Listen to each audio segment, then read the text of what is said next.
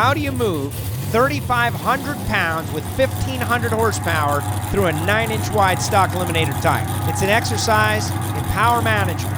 You're about to find out. Get down to business. I'm here to put in work. That tunnel vision. No way to quench this thirst. First out is going to be Mr. Constant Aviation himself, David Davies. 354 cubic inches, DSR Challenger. I am the go-getter.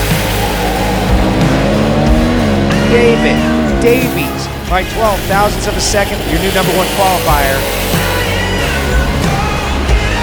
Oh, look at that wheel stand. Look at this. Whoa, easy. Holy smoke. Ain't no way to slow me down. Build my way up from the ground. Ain't no way to slow me down. Build my way up from the ground. I am the go-getter.